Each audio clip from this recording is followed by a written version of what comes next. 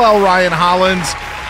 Maybe this is the real Denver Nuggets being exposed by the Minnesota Timberwolves, as the Wolves are now up 2-0 in their best-of-7 Western Conference semifinal series. The real Nuggets? I mean, 2 games. This is a lot, but I mean, they're literally world champs. What do you mean the real Nuggets? Oh, we will get to all of that. Plus, Knicks survived last night. I am very curious on your thoughts on if the Knicks have enough in the tank to carry through in this 7-game series, and are the Pacers equipped enough to win a series of this stature? Plus, Pat Beverly gives his apology, kind of, from what happened last week in Indiana. A lot to get to today here on the Doug Gottlieb Show. So at the start of this series, Ryan, if I were to say Minnesota would be up 2-0 on the Denver Nuggets as the series shifts to the Twin Cities on Friday, what would you say about that scenario? How surprised, how shocked would you be to say that Minnesota got both games in Denver at the start of this series?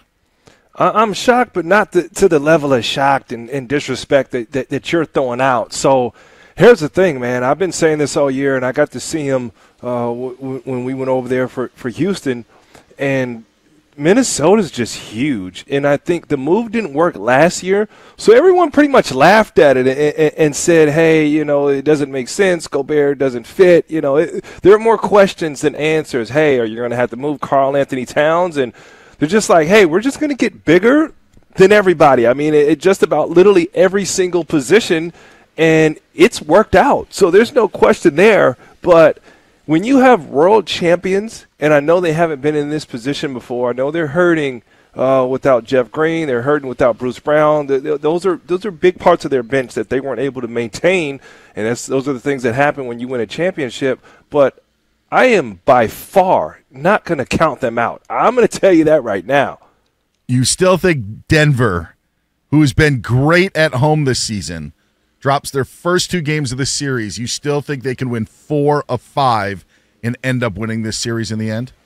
They can, and I'm going to tell you right now, Dan, I was in a situation, we didn't do it on the road, we did it at home, but when I played for the Clippers, we got up 2-0, and it was at home nonetheless, but it was against Memphis, and we ended up going home, man, and they won 4 straight. Now, I'm not saying 4 straight will happen, but this series is far from over. I'm going to tell you that right now.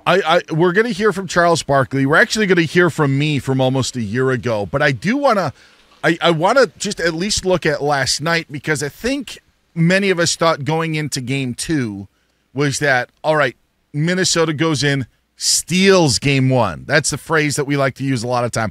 Go in, grab Game 1. Hey, if they get blown out in Game 2, no big deal. You did what you needed to do. You won a game on the road against one of the toughest, if not the toughest place to play in the NBA. And then the Timberwolves go out last night, and not only do they win by 26, I don't know if you saw it, Ryan Hollins, but the uniforms that Denver was wearing, they were wearing their Altitude City Edition jerseys with their 5280 on the front. The score of the game late in the third quarter was 52-80 in favor of the Minnesota Timberwolves. That's how much of a butt whooping Minnesota put on. It wasn't even close in the second half. I even have tweet evidence, X evidence, to show you the score was 52-80 at one point in favor of Minnesota.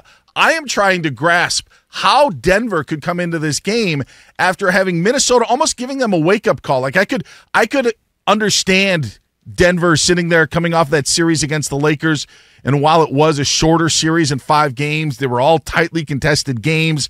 Maybe there's some energy. Maybe you just come out flat in Game 1. But to be manhandled without Rudy Gobert by the Timberwolves like Denver was, I don't know if there's an explanation other than Minnesota's just a better basketball team than Denver is. Well, here's the thing. I don't think anybody realizes how good Minnesota is. And for the reasons that I talked about last year, it not working out, you looked at them beating the Suns and said that Suns hadn't been a great group all year long. This can't be what we think it is.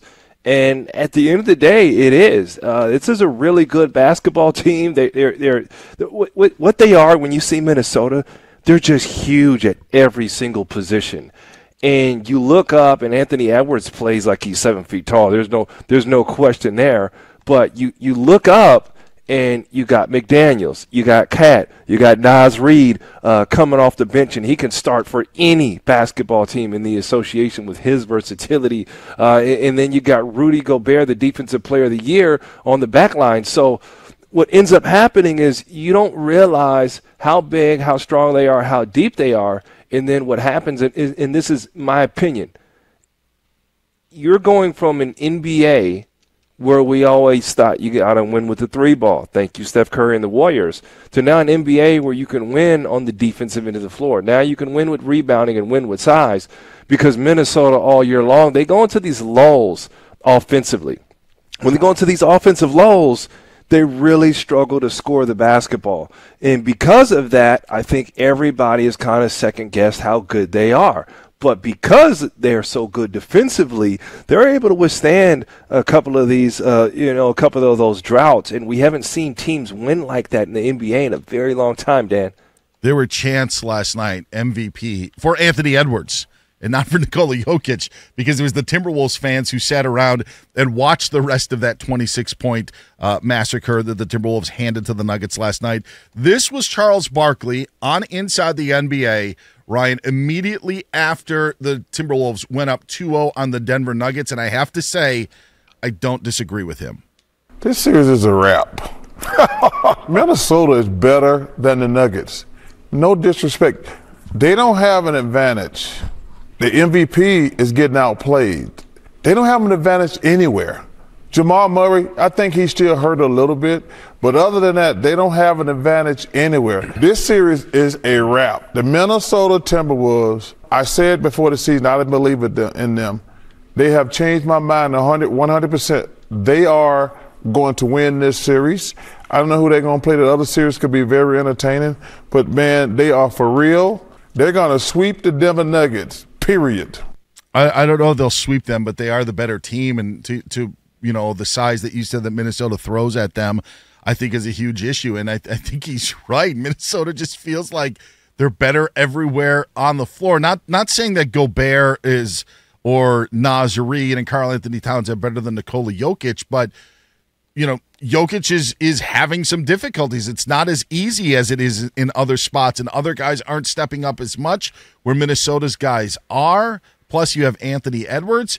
It to me is just a recipe of domination, and I don't know how it ends on Friday. No, you're right about that. I understand that, but here's the thing: Nikola Jokic, and this is where strategically it's hard to play against them. In the locker rooms, we'll be saying, "Hey, if we can guard him in single coverage, we're good." Now, the problem when you guard him in single coverage, you may do a decent job on him, but now that little bit where you have to help off Jamal Murray, and you're right, Dan, you hit it right on the head. When Jamal Murray is injured, that is huge, because that's the second punch. That's the guy who hits the clutch shots. That's the guy who opens things up for Nikola. And now when you have to help, you end up in a situation where Nikola gets just enough open where he can beat you. And right now, okay, with the Nuggets, they've been able to guard him one-on-one. And if anything, I don't think anybody can guard him. Let me get this correct. They've been able to throw bodies at him. And nobody in the league has the personnel to throw bodies at Nikola Jokic. There's a lot of teams that may have 1-2 centers on roster. So now you got 3 guys capable of guarding him. For fun's sake, we'll say Naz Reid is a center or a big who can at least stand in front of Nikola. And right now, man, that's presenting a lot of problems. You know what else I think helps Minnesota is that Jokic is, and when I mean not 100% Jokic, is it's not the ultimate domination because of the problems that you just laid out. So if you're getting Jokic at, say, 90% because some of his effectiveness is being muted by the others, something else has to pick up. And it doesn't feel like other stuff is being picked up from the Denver Nuggets, whether it be Murray's health, whether it be Alexander Walker locking down on him on defense, or Jaden McDaniels doing the same thing. Like, there's, like, defensively, and that was really the story last night. It wasn't even as much about what Anthony Edwards did or Karl Anthony Towns did. It's of keeping this Denver team in check to just score 80 points, to have Nikola Jokic score 16 points in that game last night and mute everybody else. And Jamal Murray, for as great as he was in hitting those key shots against the Lakers, I also think Minnesota is wearing him down. There's even times, and we'll get to the heat pad scenario in a second, but there's times where he feels worn down. The heat pad scenario, you might as well have thrown a white towel to surrender, because that's what I felt that it felt like last night. We're making he should be suspended and bad stuff, and I'm like, that is a sign of a broken team. And the reason, on a bigger picture, Ryan, why I think that Denver is a bit of a fraud and maybe not the champion that we thought. A fraud, okay. Dan? This is all I'm saying. Fraud? We have given the Lakers this, like, man, I even said it myself. If I would have, known that the Lakers were going to be this competitive against Denver, man, the Lakers should have played better in the regular season. Maybe there was a reason why the Lakers were giving Denver a run for their money in the last series, is because Denver wasn't that good. And I go back to this fact. This is time for a Dan Beyer rewind, Ryan Hollins, because on June 12th of 2023, as the Denver Nuggets were about to win an NBA championship, I said this on Fox Sports Radio. It's time for the Dan Beyer rewind. If and when the Denver Nuggets win this NBA title, it will be the absolute, no doubt, numbers back it up, stats prove it, the easiest path to an NBA title we have ever seen. If you were to play, Bucky, okay, the lowest possible seed in every single round of the NBA playoffs, meaning the higher the number, the easier the road is. The highest number seed-wise that you could get is 29. The Denver Nuggets seed total is 27. Golden State last year, if you added up the seeds of their opponents on their way to the title, it was 14. Denver played 2 8 seeds, a 7 seed, and a 4 seed to win an NBA title. It will be the easiest road to the NBA championship we have ever seen. That was me almost a year ago, and I think this is validation to it. They're being manhandled by just a better basketball team. They were fortunate last year to not run into a better basketball team, because you had 7 seeds, you had 8 seeds, you had 2 8 seeds. They played 2 8 seeds in the bracket last year. I think this is a culmination. And for Jamal Murray to throw a heating pad on the floor, it almost signifies a sense of quit. And and when you look at the grand scheme of where Denver is, to see a champion end up doing that and going through the road that they went through, it's tough for me to believe that they actually were one of the great teams that we've had in the NBA. I think that's crazy of you to say, and I think what they've run into is Denver's getting out-Denvered. And if you take away Murray, you take away Jokic, that's a team that defends. That's a team that's normally much bigger than everybody that they play against. And they go out and they just kind of like outwork you with KCP, and they match up, and, they really defend your stars and make your stars work. So right now, Denver's getting out Denvered. And I tell you one thing, if we can guarantee anything, they came into this series and they, much like you, Dan Beyer, they didn't think that Minnesota was this good. They didn't think they can defend the way they defend. They thought if they just come out, and this is what you do in a lot of series, you say, well, man, if we're just the best version of ourselves, we'll win. And I think the struggle right now, as they're realizing, is we got to do something extra to beat Minnesota. We got to game plan a little tighter. We got to be more physical. I played for Coach Mike Malone. Mike talked about, getting knocked off of your spots, getting outworked. And that's exactly what ended up happening in the ball game. So I definitely agree. I definitely see that, and I think you're crazy to say the series is just over. Those are world champs over there. I know Bruce Brown is missing. I know there's no Jeff Green. Thank goodness he's in Houston. We love what he did with our guys this season. But I'm going to tell you one thing. That team ain't going to roll over, but Nikola Jokic is going to have to score big. He's going to have to be in that 40-plus range. Obviously, you got to fix something with Murray's calf. I don't know what's going on. He can't be 50% because they are working him over. But if anything, I put this on the big fella. He's going to come out, and he's got to be ready to play. You got to see one of those performances from him, because if Minnesota, if they have an Achilles heel, it is their offense. They can get flat out stagnant at times. We'll see if they ride on the coattails of their first 2 performances now get a little bit of a break. We'll see if that helps Denver. Before we put a bow on this, I just want to ask you this question about Denver's makeup. Because if Jokic isn't one, I do think that Jamal Murray at 100% couldn't play to that number one level. But do you think the other guys, the Michael Porter Jr.'s, the Aaron Gordons, who, by the way, led him in scoring last night, the KCPs, do you think those guys are able to step up a level of your game? Meaning, like, if you're a 3 like Michael Porter Jr., are you able to be that 2? Are you able to move up a spot if you're Aaron Gordon or you're KCP? Because I have serious questions if that can happen.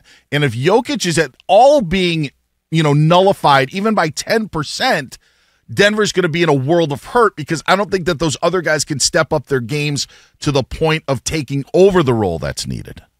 It's not how they're built. The only guy who can do it is Jamal Murray. The one thing about Porter Jr. while he gets hot is as the third option, and he tore the Lakers up.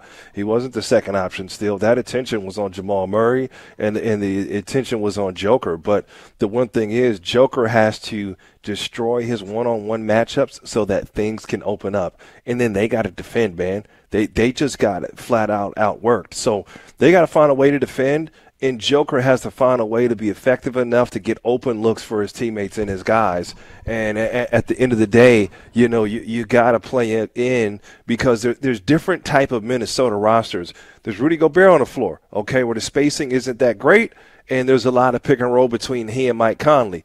Then there's a lineup where Cat's playing center, and then you got to take the ball out of Cat's hands. You got to defend. You cannot let Cat get his numbers, okay? So you got to play different lineups, and you got to match the lineups. And right now, Chris Finch is winning that lineup matchup right now, and you're seeing those struggles with the Nuggets, man. Again, they're getting beat at their own game, and I don't think any other team in the NBA has been equipped to do so.